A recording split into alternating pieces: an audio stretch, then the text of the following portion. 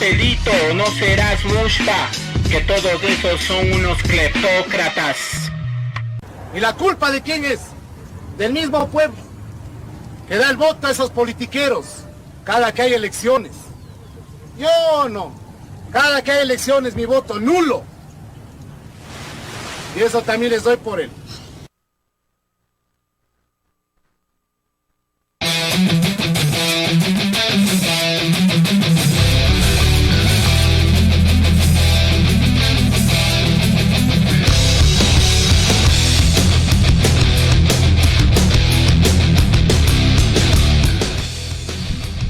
Hola, ¿qué tal con todos y todas? Muy buenas tardes, bienvenidos y bienvenidas a un programa más de Frecuencia Subversa, porque nuestra palabra es nuestra arma. Gracias a todos y todas quienes ya están en sintonía con nosotros. Estamos aquí en un programa más en este jueves 13 de febrero del 2025, es nuestro segundo programa de este mes y bueno, estamos aquí para hablar sobre los últimos acontecimientos que han pasado. Estamos saliendo por la señal de Cultura FM por los 100.9, también nos estará retransmitiendo el día lunes, Radio La Conquista del Pan, esto a las 21 horas de Argentina y 19 horas de Ecuador. Le damos también gracias a Celín que nos está dando el soporte ahí desde los controles de aquí de Cultura FM. Y bueno, estamos hoy para hablar sobre un poco lo que sucedió, lo que está sucediendo también por la coyuntura actual de las elecciones y todo lo que está pasando alrededor de ello. Para quienes nos escuchan desde otro lugar del mundo, el pasado domingo 9 de febrero se llevaron a cabo las elecciones presidenciales que dieron como resultado que un empate técnico, dicen muchos, entre la candidata Luisa González y el actual presidente Daniel Noboa. Entonces vamos a contextualizar, matizar un poco esto y para ello tenemos una invitada especial. Vamos a tener también otra invitada que es Karen Narváez, estudiante de Sociología. ¿Qué más, Karen? ¿Cómo estás? Pues a quienes nos escuchan, pues nos es un gustazo poder estar por acá conversando un poco del rumbo del país, donde realmente para los jóvenes, estudiantes, igual compañeros y compañeras que se encuentran en los distintos frentes de lucha, es crucial poder seguir construyendo un país que nos sostenga realmente, que nos preste las oportunidades necesarias, pero sobre todo que nos devuelva de alguna manera la dignidad que todos y todas necesitamos. Bueno, desde estos distintos espacios de los que he tenido la oportunidad de formar parte, es fundamental poder hablar de temas políticos, de coyuntura política, de saber qué estamos pensando las y los jóvenes que venimos o somos parte de la educación pública, pero que sobre todo desde, más allá de lo que decía el compa, soy ya en poquitos meses socióloga, entonces vamos a hacer un análisis un poquito más profundo de lo que estamos viviendo ahora. De la central. Sí, por supuesto. También estamos aquí con la otra compa que también le tenemos invitada, estamos con Cristina Alvarado. Hola, compitas, ¿cómo están? Perdón por la demora, estaba un poquito llegando, estaba un poquito de tráfico.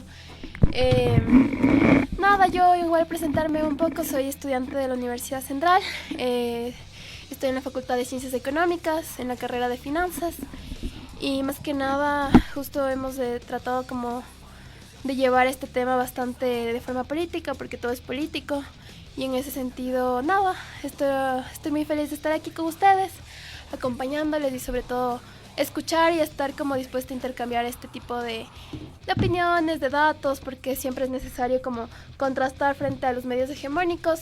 Qué bacán que se armen estos proyectos. Y bueno, gracias, igual agradecerles de nuevo por estar aquí y bueno, no sé quién quisiera empezar, así cuál fue su impresión de las elecciones, así para, de manera general. A ver, yo voy.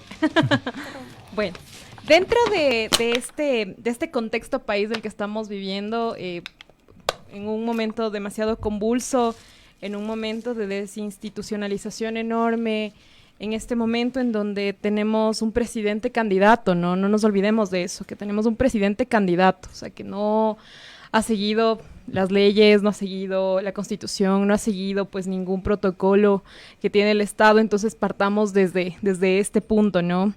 Y sobre todo también llegar a las elecciones ahora en este empate técnico que se menciona de la compañera Luisa González, el compañero Leonidas Diza, que también es compañero, y pues bueno, el presidente candidato, ¿no? Creo que estos tres frentes han demostrado una vez más que sí se puede echar una ruptura, que sí se puede empujar estos proyectos políticos que están pensando en la gente, primero en poner el bienestar de la gente por encima del capital. Entonces creemos que sí es necesario hablar de esta noción, ¿no? más amplia.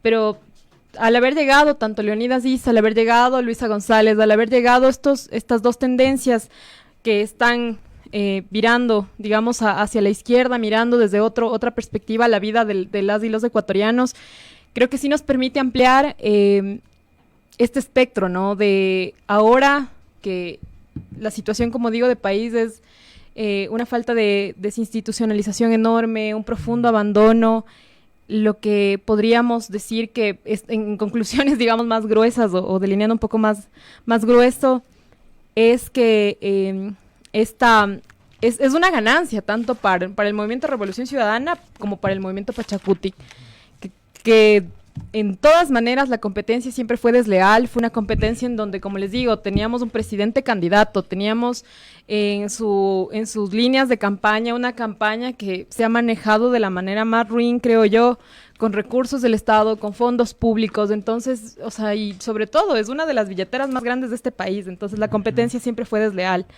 Pero creo que este avance también la población ecuatoriana lo está viendo desde otro modo y no va nunca más, ¿no? Le está dando la espalda también.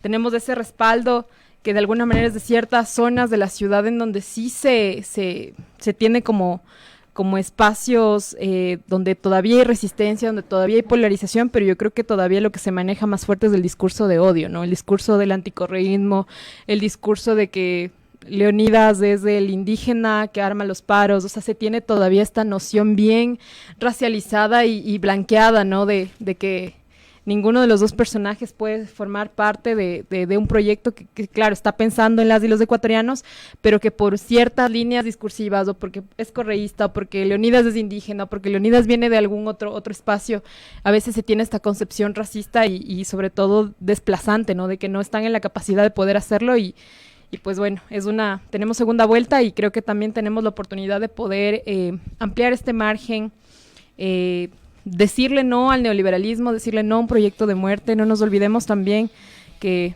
terminamos enero con una de las cifras más altas en la historia de muertes, hablamos de los niños de las Malvinas, terminando diciembre, entonces sí vivimos un contexto nacional en donde nos desangramos, pero sobre todo estamos viendo una impunidad total del Estado que se maneja en ser altamente violento, altamente, sobre todo, más que violento, digo yo, represivo, ¿no? Y sobre todo hemos tenido estos 3 últimos gobiernos, empezando desde Lenín Moreno para acá, con una criminalización de la protesta. No tenemos espacios, tanto los jóvenes, los movimientos sociales, no tenemos la oportunidad de poder salir a protestar, que es un derecho legítimo, ¿no?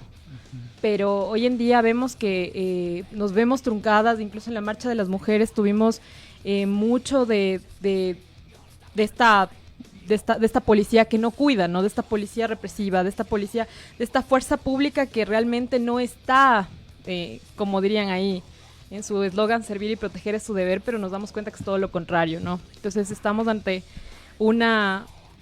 un frente neoliberal, este ascenso también en los últimos tiempos de las ultraderechas en América Latina también debería asustarnos, ¿no?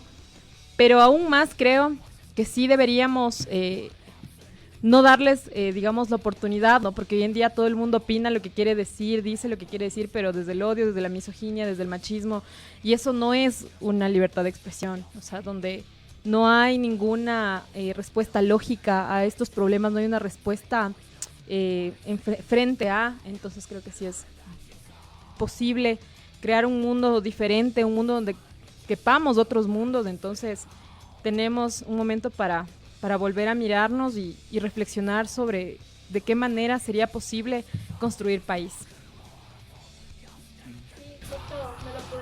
Karencita, y yo creo que también es importante entender en qué momento estamos viviendo, no solamente a nivel Ecuador, sino también a nivel como global, recordando que no solamente Ecuador está siendo esta víctima de este neoliberalismo, sino también a la vez países como Colombia, estamos viendo cómo se le está dando duro como el presidente Petro, por estar en contra de estas acciones, ¿no? Que finalmente vienen desde las grandes capitales, como él mismo menciona. También otra cosa importante aquí es lo que mencionaba la Karencita. Creo que es importante, bueno, seguramente no se va a poder ver en cámara, pero aquí tenemos un cuadrito que hablamos de tax the rich, ¿no? Que sí, que los impuestos se cobren a los más ricos. En ese sentido, entender que nosotros actualmente vivimos, la mayoría de las clases populares, los que pagamos somos los platos rotos, somos nosotros, ¿no? Y una cosita bien importante es que, por ejemplo, en 2024, el récord histórico del tema de las deudas tributarias es de 3.880 millones.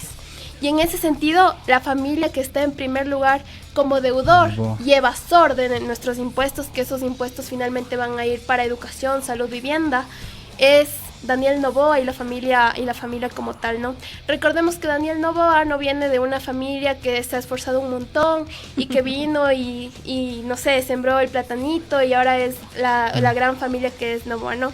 Recordemos que Daniel Noboa tiene familia que ha sido e incluso ya ha estado metida dentro del mundo de la política, ¿no? De la política más de estos espacios más burocráticos, puede ser. Entonces, eso es importante mencionar. También creo que es importante recordar que en estas elecciones no se ha visto algo que como no lo habíamos visto nunca antes, que es este tema tan cerrado y tan polarizado como pasaron en estas elecciones. Creo que es importante situarnos en el momento histórico que nos compete como clases populares y clases trabajadoras, y en ese sentido las prioridades económicas de nuestras clases son sobre todo el poder llegar a fin de mes.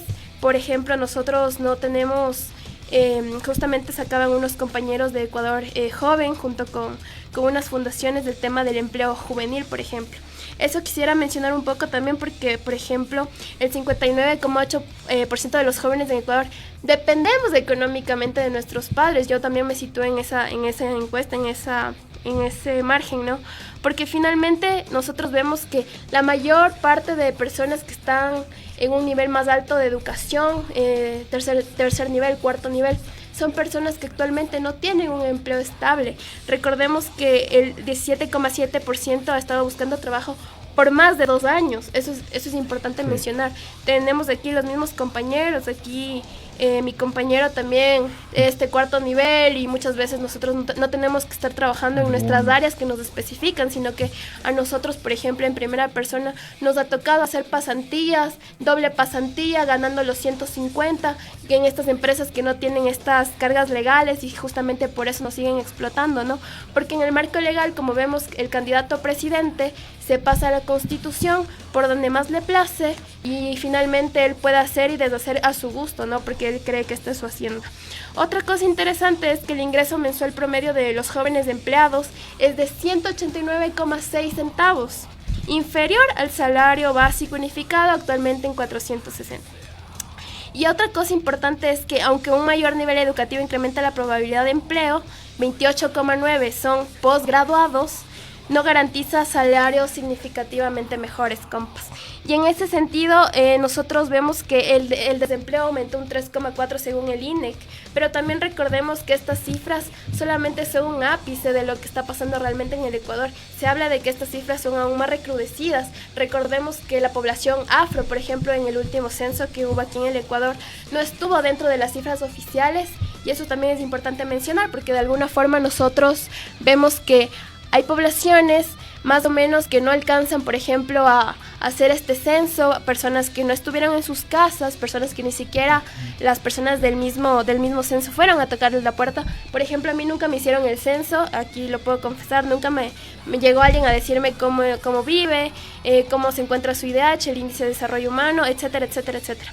Entonces, creo que eso es importante mencionar cuando nosotros hablamos de estas elecciones. No solamente nos estamos jugando, digamos, el futuro como tal del país, porque si es verdad, a mí me encanta esta frase que dice la compañera, y le cito porque realmente yo creo que me veo muy reflejada en ella, que por supuesto que nuestros sueños no caben en las urnas, pero lo que sí caben son nuestras peores pesadillas, y lo hemos visto recientemente en estos años, ¿no? En estos gobiernos neoliberales que han pasado estos 3 periodos. Otra cosa importante para hablar de recesión económica, que creo que es importantísimo mencionarlo, que le tengo igual por aquí, es que, por ejemplo, nosotros como jóvenes tenemos una recesión económica importante cada 3 periodos. Cada 3 periodos, si tú te encuentras en una recesión económica, tú vas a estar por debajo de estos índices, por ejemplo, de salud, de vivienda, el índice de desarrollo humano en general.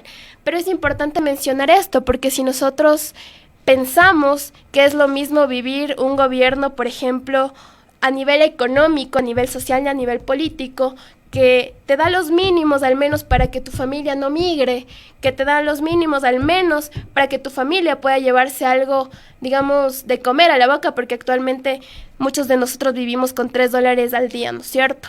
Y en ese sentido creo que es importante siempre matizar estas dos partes, que sí, que Ecuador actualmente está polarizado, pero también recordar que en esta polarización existen otros matices, como por ejemplo mencionaba la Karencita el tema de los compañeros del campo, ¿no? Muchas veces nos ha llegado a ver de forma tácita cómo ellos viven. Ellos tienen quizá otras lógicas que nosotros en Quito no las entendemos, no las vamos a vivir nunca. Y un ejemplo claro y personal es mi familia, que es costeña, y recientemente el candidato a presidente nos estigmatizaba a nuestras familias, diciendo que, por ejemplo, nosotros somos familiares, somos personas casi que terroristas, que somos prácticamente el narco, ¿no? Cuando se ha comprobado que en las cajas de banano el mismo candidato a presidente manda esta droga, específicamente cocaína, a puertos de varios lugares del mundo, sobre todo Europa y Estados Unidos, ¿no? Entonces creo que eso es importante mencionar para situarnos y tener un preámbulo de lo que se viene en estas elecciones. Sí, chévere, importante porque creo que han contextualizado todo lo que no solamente, más allá de lo que representa el gobierno de Daniel Noboa, que es un integrante así directo de las élites que manejan este país, y también la situación actual que padecen la mayoría de quienes conforman este territorio llamado Ecuador, desde lo económico sobre todo. Y bueno, bacano, les agradezco por esas intervenciones. Creo que a quien no vive en Ecuador ahora sí va un poco más o menos de entender, ¿no? de qué se trata así la situación actual en este país. Les propongo que vayamos a la pausa, porque les tengo una pregunta así a partir de lo que han dicho, pero creo que se van a explayar más. Así que a Celine le propongo que primero hagamos la pausa con los publicitarios de Cultura FM y enseguida regresamos. Dale. Chévere. Frecuencia Subversa, noticias, contracultura, diversidad, contrainformación, porque nuestra palabra es nuestra arma.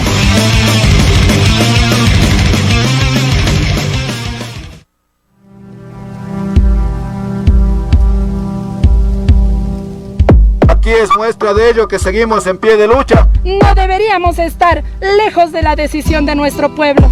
Aquí es muestra de ello que seguimos en pie de lucha. Yo soy una ciudadana que está exigiendo mis derechos, compañeros. Los movimientos sociales ya tienen su voz. Los movimientos sociales son la fuerza que impulsa el cambio, levantando la voz de quienes luchan por la justicia y la igualdad. Cultura FM 100.9. Porque decimos nunca más, nunca más, nunca más. La radio de las diversidades.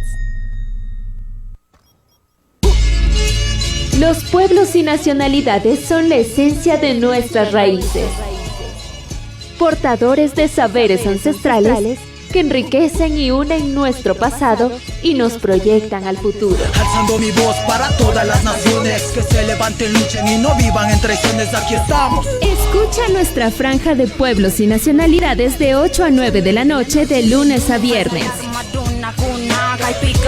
Han pasado 1000 años y manarriscani. El tiempo me quita lo que decidí.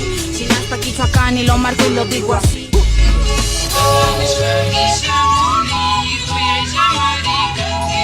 por Cultura FM 100.9. La voz de nuestro pueblo. Ñukanchik llaqta shimi. La radio en este momento estamos de vuelta a nuestra programación. Frecuencia Subversa. Porque nuestra palabra es nuestra arma.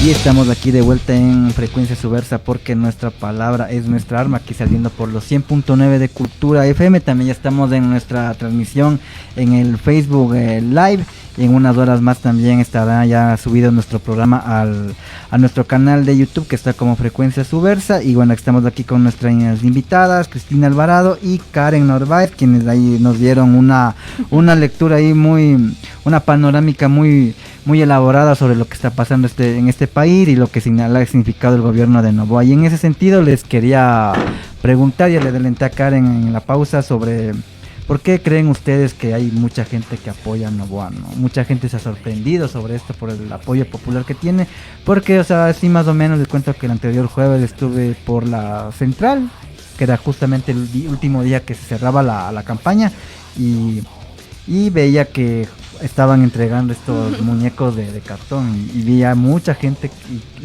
y apuesto que muchos eran estudiantes de la central que llevaban esos muñecos, ¿no? No sé si en señal de apoyo porque querían hacer algo más, pero como que no sé, mucha gente se dejó llevar por eso. Y ustedes, así como estudiantes de la central, que es la universidad la pública más grande de este país, o sea, ¿cómo leen eso? Tú tal vez desde una mirada así más sociológica, ¿cómo lo interpretarías? Es que a veces a mí me vuela un poco la cabeza pensar que cómo puede haber, o sea, digamos, tuvimos apagones de 14, 15 horas, ¿no? Contextualizando también un poco lo que vivimos el país este último año. Tuvimos apagones de 14, 15 horas diarias, o sea, no era como que un día o dos, eran diarias. Y hay gente, yo les voy a contar alguna experiencia muy personal, ¿no? Mi familia y yo a veces salimos a comer en Nayón, por ejemplo. Y había negocios que realmente, o sea, iban a cerrar por el tema de los apagones, y claro, era en temporada electoral, bajábamos, pero vemos gente que tenía el cartón en el local, o sea, es como... Es muy difícil de entender, pero, o sea, dándole la vuelta, digamos, un poco desde la panorámica sociológica, es de este desclasamiento, ¿no? Es de esta idea que nos ha vendido la derecha y el neoliberalismo del aspiracionalismo exitoso, ¿no? De que si yo, o en el caso, por ejemplo, de Guillermo Lasso, que nos decía él que fue bachiller y fue presidente del Banco de Guayaquil, y si ustedes trabajan durísimo, pues van a poder llegar a ser empresarios, ¿no? Que hay ese sentido común peligrosísimo, ¿no? Que nos hace pensar que esta idea del éxito viene de la mano con que tú puedes hacer, por desvivirte trabajando, pero puedes hacerlo, ¿no? Pero ahí creo que es justo esta mirada tramposa de la derecha de decirte, ¿no? Trabaja sin seguridad, trabaja por horas, trabaja precarizadamente, trabaja y desvívete toda la vida haciéndolo, pero si al final del día no tienes los medios económicos como para ser empresario y eres emprendedor y tienes estos apagones de 14, 15 horas que te toca cerrar el gabinete, te toca cerrar una heladería, te toca cerrar una panadería si no tienes los recursos, entonces sí, como que a veces siento que es incomprensible, ¿no? Entender esto, pero ahí digo yo que también viene el tema de estos sentidos comunes que no logramos romper. ¿Qué piensas así de las redes sociales, así como y se es maneja que el candidato? El candidato presidente. Chuta, en redes sociales yo siento que claro, aquí hay unas cosas bien gruesas. Incluso le utiliza así a la esposa también, ¿no? Por supuesto. Porque no sé qué más término decirle. A ver, vamos en líneas gruesas, ¿no? En lo que hemos podido ver estas últimas semanas. El mes pasado tuvimos 3 vicepresidentas en una semana. Tuvimos estados de excepción como cartas de 1. O sea, hemos tenido un proceso de digamos, de desequilibrio del poder, en donde el presidente candidato ha hecho lo que ha querido, primero. Y segundo, tenemos temas de violencia hacia las mujeres y violencia política, ¿no? Tenemos el tema que se hizo público de su hija que no quería pagarle la pensión alimenticia, cierto. O sea, totalmente muy fuera de lugar, digamos, las declaraciones que da, porque obviamente te das cuenta que no solamente estamos manejados por un oligarca, por un propietario, por un hombre blanco, por un hombre que no es ecuatoriano. Entonces te das cuenta que tiene este patrón, digamos, de patriarcalmente esta figura del hombre hegemónico, del hombre que manda, el hombre que puede oprimir. Y no hace mucho salieron unas declaraciones donde su esposa le dice que ha recibido persecución. Entonces no puede, por supuesto, su primera esposa, ¿no? O ex esposa. Claro. Y claro que es totalmente comprensible y es un acto político también hacer esta denuncia pública. Claro que, como les digo, el tema de las vicepresidentas también es de alarmarse, porque hablamos ya de una violencia política institucional, hablamos de una violencia política que resquebraja todos los niveles, digamos, de hegemonía de alguna manera que pueden tener, o de autonomía con la que pueden tener varias y varios funcionarios que han estado, digamos, trabajando con él. Pero, como digo, en líneas gruesas hemos tenido 3 vicepresidentas. Yo sé que con Abad yo no tengo una distancia kilométrica ideológicamente, pero no puedes concebir en un país que te está diciendo todo el tiempo que necesita participación política de mujeres, que necesita participación más dinámica de las mujeres, cuando les estás dando la espalda, ¿no? Cuando les das, digamos, con la una le das el pan y con la otra le das la vara. A eso me refiero.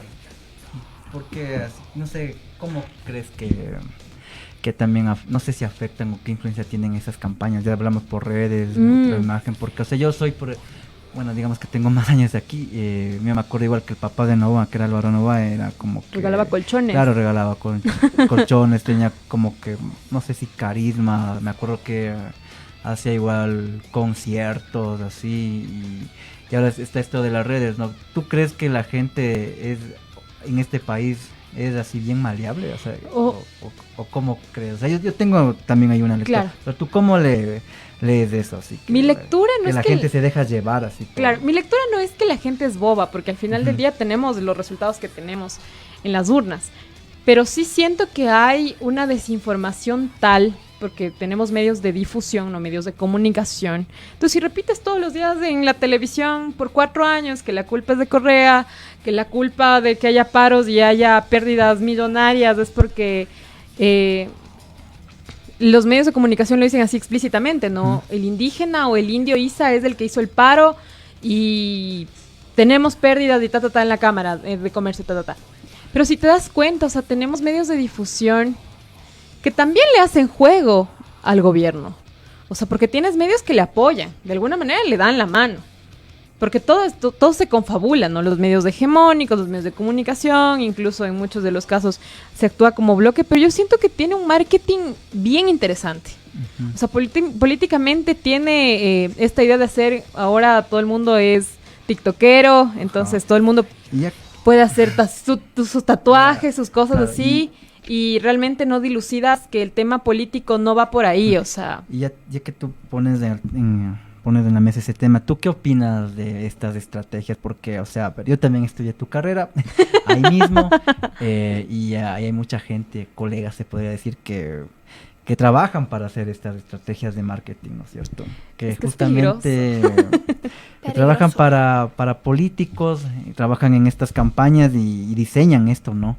¿Tú qué opinas de eso? Así que haya gente que es socióloga, que es politóloga, que no digo que se preste, ¿no? Porque al final digamos que están trabajando, pero ¿qué opinión te merece así que hagan eso? Porque ahora, como dicen muchos analistas, ahora la política es prácticamente es del marketing, ¿no? Venderte un producto, y creo que Noboa entra en eso, ¿no? Y yo creo que Noboa le ha invertido una cierta suma millonaria, ¿no? También ahí poniéndoles esto, porque, a ver, no solamente tiene asesores, no tiene solo un asesor, digamos, tiene varios asesores, que no solamente están viendo cómo habla, cómo se tiene que vestir, cuál es su postura, el lenguaje no simbólico, y el community manager, que supongo que debe tener el candidato a presidente, es un community manager que también tiene mucho vínculo ha hecho una muy buena lectura, por ejemplo, de los organismos de izquierda para trasladarlo a la campaña de la derecha. Porque si tú le ves, o sea, hay veces que el mismo Daniel Noboa sube historias en TikTok bailando, por ejemplo, o escuchando canciones que por la que nos representaríamos, digamos, la tendencia de izquierda, pero lo ha transformado, o sea, le ha dado completamente la vuelta, ¿no?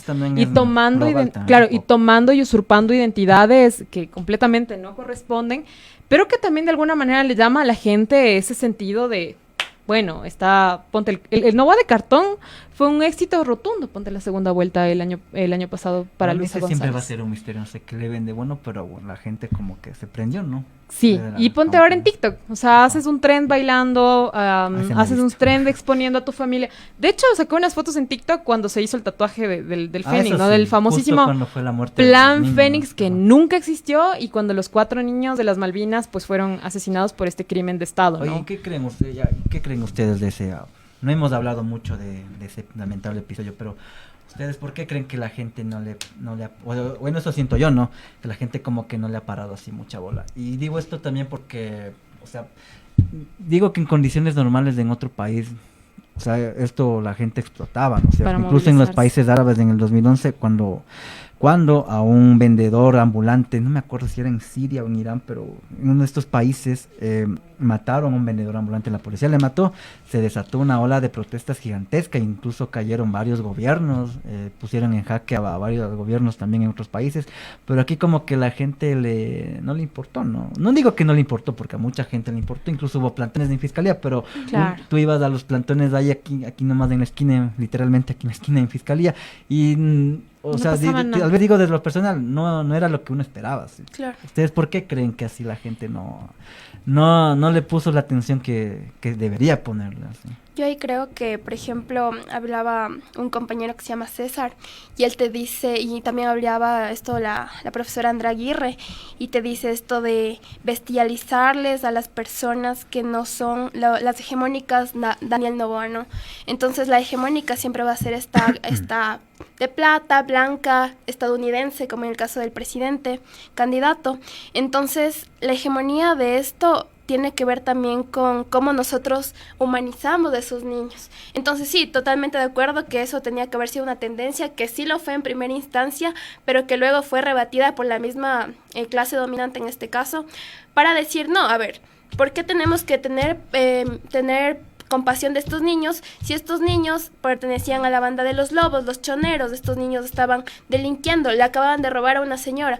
¿Por qué yo voy a tener piedad de los que me arrebatan mi cartera, por ejemplo? Entonces tú creas esta narrativa de que ellos no se merecen ni siquiera la vida, no merecen básicamente. Entonces, en ese sentido creo que sí es importante contextualizar, porque claro, a los 4 niños de las Malvinas se ha comprobado, el CIDH, los compañeros de derechos humanos ya rebatieron esta hipótesis de que ellos son incluso delincuentes, e incluso si lo fueran. Vemos que nosotros, por ejemplo, han tenido... Perdón, toma un poquito de vida. Sí. Ya. Yo voy a continuar lo que decía la Cris, y para mí también delineando en líneas gruesas, yo creo que es justamente esta idea de la conmoción nacional, de que estamos en guerra interna, para empezar. Que nos botaron el 15% del IVA, nos subieron los combustibles, y se crea toda esta narrativa de peligro, toda esta narrativa de que estamos en zozobra, en esta narrativa de que, no salgas de tu casa. No, es como, es tu culpa si sales de tu casa que te roben, porque tú estás saliendo y te estás exponiendo. O sea, vamos a esa lógica, ¿no? Que se va creando toda esta narrativa del quédate en casa, más o menos así como en la pandemia, digamos, ¿no? Porque se está tomando, con pinzas digo esto, se está tomando a esta idea de la guerra de conmoción interna que el presidente declaró, que realmente es una desinstitucionalización, como vuelvo y repito, de todo el Estado. Es un desmantelamiento del Estado, es un desmantelamiento de lo público muy, digamos, evidentemente. Pero claro, creas esta narrativa de que como estamos en guerra interna, cualquiera que esté en la calle de chancletas o tiene un tatuaje o aún más, ponte, como hemos visto, ¿no? Si eres indígena, si eres negro, si eres cimarrón, si eres montubio, si tienes alguna otra característica, eres lesbiana, alguna cosa así, porque está pasando, hay una criminalización y hay un perfilamiento racial específico para estas personas. Y claro, específicamente de eso.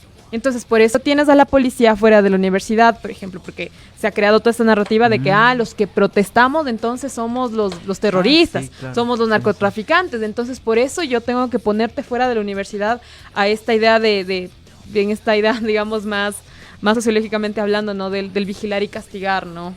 en el que constantemente no. Entonces, si ustedes como son terroristas, son estudiantes que no les gusta estudiar, ustedes salen y como te digo, hay una criminalización enorme a la protesta y a los movimientos que vienen con la fuerza estudiantil, a movimientos que vienen de base, digamos, que realmente sí hay este asombro, hay esta preocupación, y también es en este mundo de la inmediatez en la que vivimos, que la noticia que pasó porque hay otra que le supera, ¿no? Uh-huh. Entonces, estamos obviamente en este proceso de que nos vendieron esta seguridad, más del 15% de todo, que no hemos visto en lo absoluto, hemos visto que realmente nos están cuidando, sino que realmente quienes nos están cuidando es a los grupos de poder.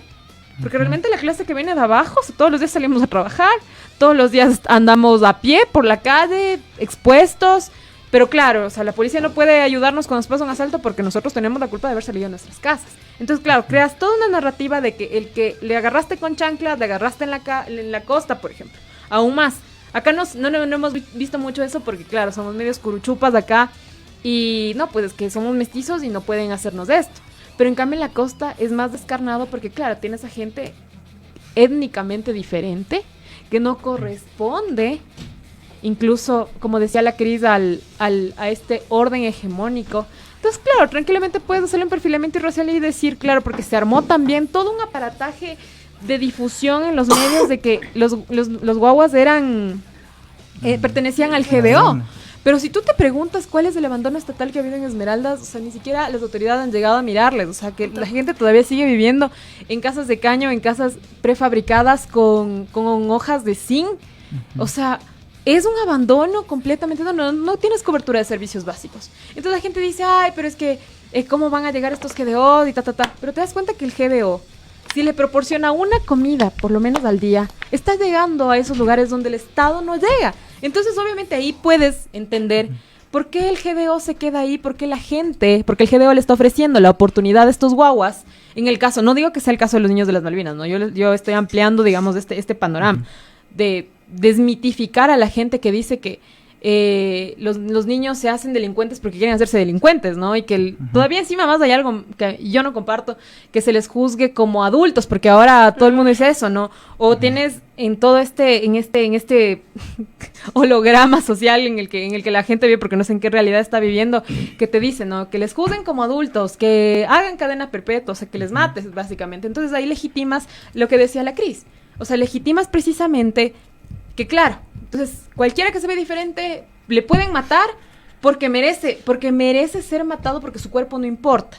Pero si te das cuenta, en el caso de los niños de las Malvinas, o sea, no solamente les mataron, les torturaron, les quitaron, o sea, el más mínimo grado de humanidad, que es a la gente despojarle de su cuerpo. ¿Qué dejaste? Huesos. O sea, es el más alto grado de inhumanidad en el que puedes estar. Y sí, obviamente debería habernos alertado a todos, obviamente debería habernos trastocado, pero vivimos justamente con todo este aparataje de la conmoción interna que nos dice, no, pues es que como el que es ladrón, pues se merece, ¿no? Y ahí tienes, por ejemplo, esa visión chiquitita trasladada a los barrios, de ladrón cogido serán quemado, ¿no? Porque precisamente el Estado no ofrece las garantías, digamos, ¿no? En temas de leyes, en temas de justicia, ¿no? Porque tenemos una justicia que está aliada, sí, con el narcotráfico, que es una justicia que está totalmente manipulada, una justicia que hemos visto que hay mucha gente que está en la cárcel sin tan siquiera haber tenido una sentencia previa. Entonces, claro, como tienes este fallo también de la justicia, entonces, ¿qué? La justicia tómenla por sus propias manos. Y claro, como aparte de eso estábamos en estado de excepción, aparte de eso, la fuerza pública tiene este respaldo, ¿no? Del presidente candidato para que use todo el uso progresivo de la fuerza, te das cuenta que, o sea, cualquiera de nosotros podía haber pasado y podían haber dicho que éramos de cualquier banda y se arma todo este aparataje perverso, porque es perverso tomar en términos violentos un cuerpo y despojarlo hasta de sus huesos. Y como dice un texto que me gusta mucho, que habla sobre los cuerpos que importan. Entonces, claro, el cuerpo que se ve diferente no importa. Entonces, puedes despojarle incluso de su integridad y de su humanidad, más humanidad, porque ese cuerpo relativamente no importa en este sentido, ¿no? Y ahí tenemos, por ejemplo, la criminalización de las clases populares, tenemos a la persecución, por ejemplo, en términos políticos, a los movimientos de base, a los jefes sindicales. Tenemos, por ejemplo, allanamientos. No hace mucho pasó en la misma sede de la Revolución Ciudadana, pasó un asalto interno. Tienes arriba una sede, no estoy muy bien, no estoy segura si es del Partido Comunista, creo que es, o del Partido Comunista. Entonces, tienes esta persecución ardua a los movimientos que no están alineados al orden. Y claro, entonces, como somos los peligrosos, cualquiera de nosotros puede ir bajo esa justificación y bajo esa lógica que se ha generado en el país de que cualquiera es peligroso, cualquiera que no piense igual que yo es peligroso. Entonces ahí nos explicamos, por ejemplo, en las elecciones, el correísmo y el anticorreísmo. Este odio, esta racialización, por ejemplo, a los movimientos indígenas. Porque te repiten todo el tiempo, ¿no? Que el indio Isa y los indios vinieron y dañaron Quito. Porque eso hubo el año pasado. Quemaron Quito. Quedó aún mucho más peligroso, ¿no? Ajá. Y las pérdidas millonarias, pero, o sea, digo, la gente no se da cuenta de darle la vuelta, ¿no? Sí, o sea, pero estamos por los derechos, pero ¿y los apagones qué? Y los apagones, o sea, ¿cómo nos están calando, no? Entonces ahí explicamos, ponte, como te digo. Y ahí llega toda la otra lógica que también de esas economías criminales que obviamente están llegando donde el Estado no llega. Así es. Entonces por eso te digo, si el GDO les proporciona una comida al día en la zona donde el Estado no llega, obviamente la gente va a decidir comer al día y de alguna manera que estas economías criminales les ofrecen todos estos, ¿no? No digo que esté bien, pero yo entiendo ahí que es otra forma de ver que la economía criminal sostiene también al capital, que sostiene también en los espacios digamos, más crueles y violentos, pero si nos damos cuenta somos el espejo de la violencia más grande que ha tenido este país por el abandono estatal, o sea, porque no hay política pública clara, porque no hay un proceso de planificación, no hay políticas, por ejemplo, de ayuda social focalizadas, o sea, tienes a gente que realmente está viviendo ya no con $1 al día o $3, como decía la Cris, o sea, tienes a gente que come una vez al día, que tiene una casa de 2x2 en una invasión. Entonces ahí te explicas los otros problemas sociales porque el Estado no está llegando, no está cubriendo cuando debería darte esas garantías constitucionalmente. Sí, yo ahí agregar un poquito a lo que dice la Karencita. Tenemos eso en los papeles, tenemos eso en las legalidades que se han impuesto, sobre todo de forma más profunda, sí, con Moreno, pero sobre todo más profundamente con Lasso. Yo quisiera leerles un poco de lo que dice el documento del FMI, que de hecho ellos te van a establecer estas políticas económicas monetarias. Y lo que te dice es que, por ejemplo, hay que aumentar el precio de la electricidad y privatizar las hidroeléctricas. Ellos te lo dicen textualmente, entonces no hay en dónde perdernos porque siempre esta hegemonía legal, digamos, la tienen ellos, ¿no es cierto? Y ante eso nosotros con las personas de turno, por ejemplo, Daniel Noboa, que está súper ligado con el FMI, pero también Guillermo Lasso y también en este caso Moreno, ellos te decían que, por ejemplo, hay que aumentar el precio de la gasolina al por menor, doméstica e industrial, aumentar el precio de la electricidad, te lo ponen textualmente, lo podemos buscar eso está público, y la concesión de la planta hidroeléctrica de Sopladora, ingresos por la concesión de las líneas eléctricas. Y en ese sentido, lo que decía el David, a mí me parece sumamente clave esta pregunta, ¿no? ¿Por qué nosotros estamos viviendo en sociedades que están sobreestimuladas todo el tiempo y yo estoy viviendo en la coyuntura, pero luego se acabó esa coyuntura y tengo que seguir a la siguiente porque necesito estar todo el tiempo sobreestimulándome? Según la psicología marxista, los compañeros te dicen que eso es necesario para las clases dominantes, porque si nosotros tenemos estos medios hegemónicos para que nosotros estemos todo el tiempo recibiendo estos premios a nuestro cerebro, que decía Rusarín, un filósofo, que finalmente nuestro cerebro va a seguir quemando estas calorías, pero ¿cómo quemamos las calorías incluso cerebrales? Y nosotros recibimos esta estimulación, ¿no? Estas compensaciones a nuestro cuerpo. Entonces eso es importante porque a mí me parece clave lo que decía la Karencita respecto a los niños que quieren ser tratados como adultos también, porque teníamos a la candidata Andrea González, declarada abiertamente de derecha, nos decía que ella quería reformar esta constitución para que incluso las personas, ella está muy preocupada por el trabajo, ella está muy preocupada por los niños, sobre todo de los 12 años, que estos niños, está muy preocupada de que estos niños no puedan comer a sus horas, sus 3 comidas, y lo que ella plantea es que nuestros niños de 12 años puedan acceder al trabajo desde los 12 años efectivamente, porque la derecha es eso, ¿no? Básicamente pensar que nuestros niños tienen que, en lugar de estar yéndose al colegio de forma paulatina y todo el tiempo, que reciban sus comidas en la escuela, que reciban estas comidas necesarias con las vitaminas necesarias y no la que proporciona la tía de Daniel Noboa, ¿no? Que básicamente ella es la que tiene el negocio, el consorcio de estos desayunos. Entonces vemos a quién responde esta clase dominante en este sentido. Y nada más agregar una cosita así súper rápida. Nosotros actualmente no nos estamos jugando solamente el tema de que no me gusta tal candidato o tal candidato, o que si regresa tal se va a quedar 20 años o si regresa tal. Estamos en un momento, como ya decía, a nivel global, fascistizado. ¿Esto qué quiere decir? Nosotros vemos que nuestros compañeros en la universidad ya no son solamente esos troll center que nosotros vemos en el Twitter o en el Facebook, ya son personas reales, como decía el David. ¿Por qué la gente está llevando estos muñecos de cartón?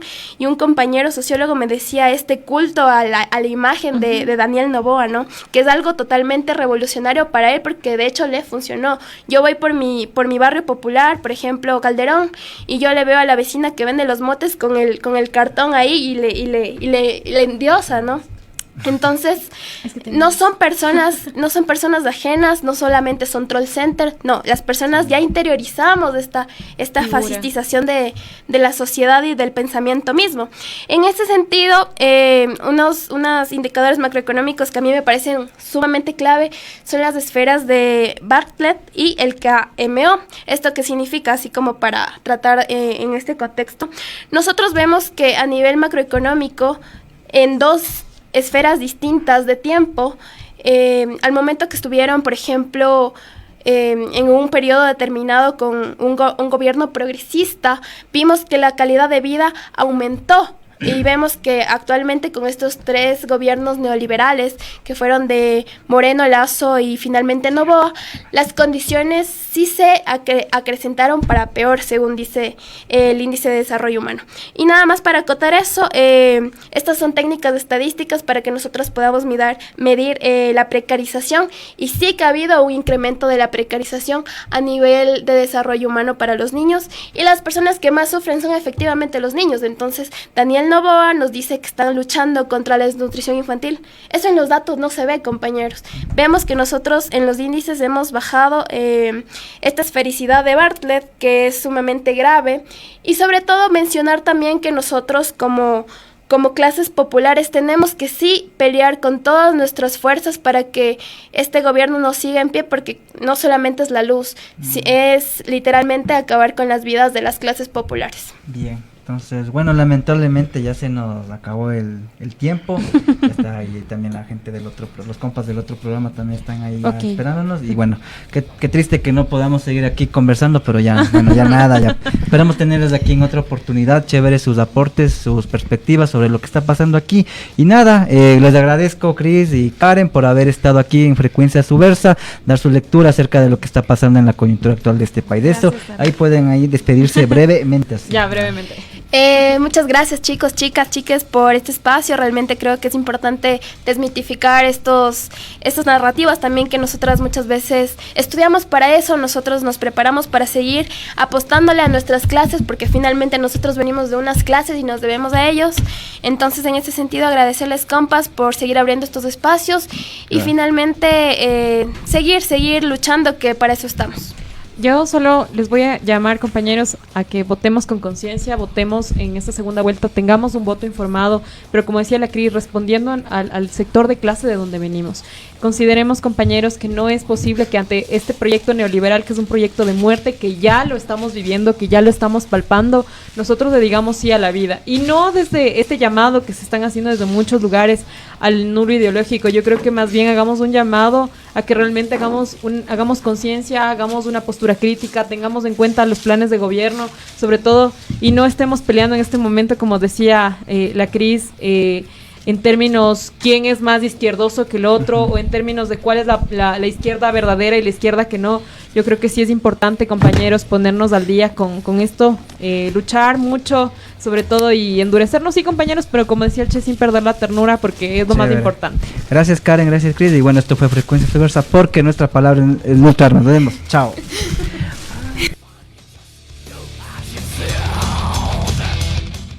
Aquí termina Frecuencia Subversa, porque nuestra palabra es nuestra arma. Nos encontramos la próxima semana.